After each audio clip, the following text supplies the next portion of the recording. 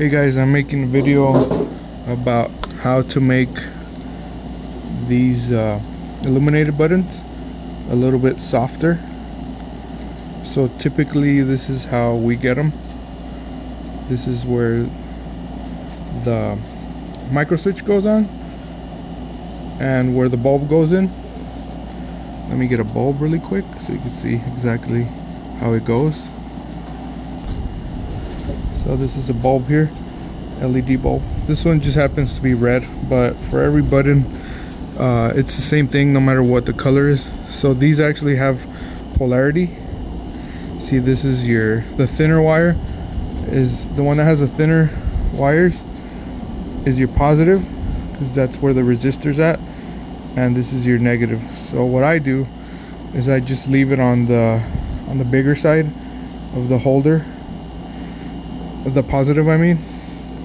So I just put it in like that, just push it in like a regular car automotive bulb. So there's that.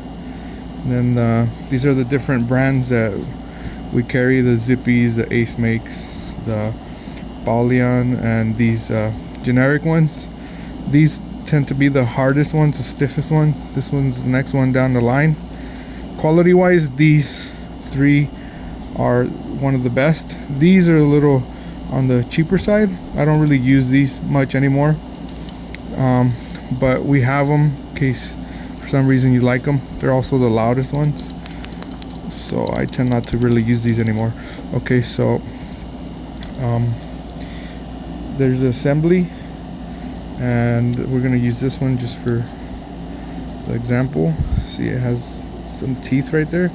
That's where your micro switch goes in like that, and then you just kind of wiggle it through, and that's it.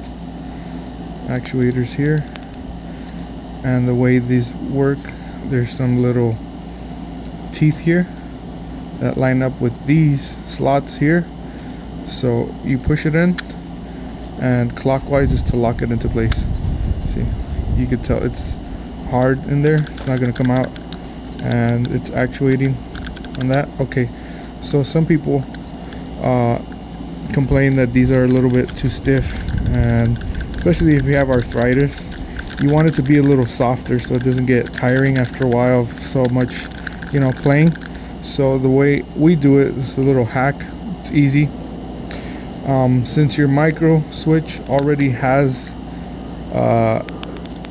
spring tensioner inside, that's usually enough to actuate the button. I'll show you what I mean right here. To mess with this, you push these little two retainers in, or whatever you call these, and this is how you disassemble the button. See, I'm pulling up, and you see that spring in there. This is what causes the tension to make the button go up and down. But like I said, the micro switch itself has a spring in it already, so you can rely on that alone. So you just assemble this back how it was, you push it in. It's a little bit easier now since there's no spring, and you push it through, make sure it's lining up, and there you go, it's back. But you notice it's not coming up anymore because it's lacking that spring. See, there's no spring anymore. But once you put your button, your assembly back in, the lamp holder and everything, twist it into place. See, now it came up a little bit, and it works just fine. I haven't had any issues with this unless the micro switch goes out, but that's rare. So it'll work fine without the spring in there, and it's probably 50% smoother, and you still have that click feedback depending on which micro switch you choose. This one tends to be the softest one from the ones we have available, the Ace Makes. You could even hear this one barely has, like, you barely have to push it before it actuates, and it's very soft.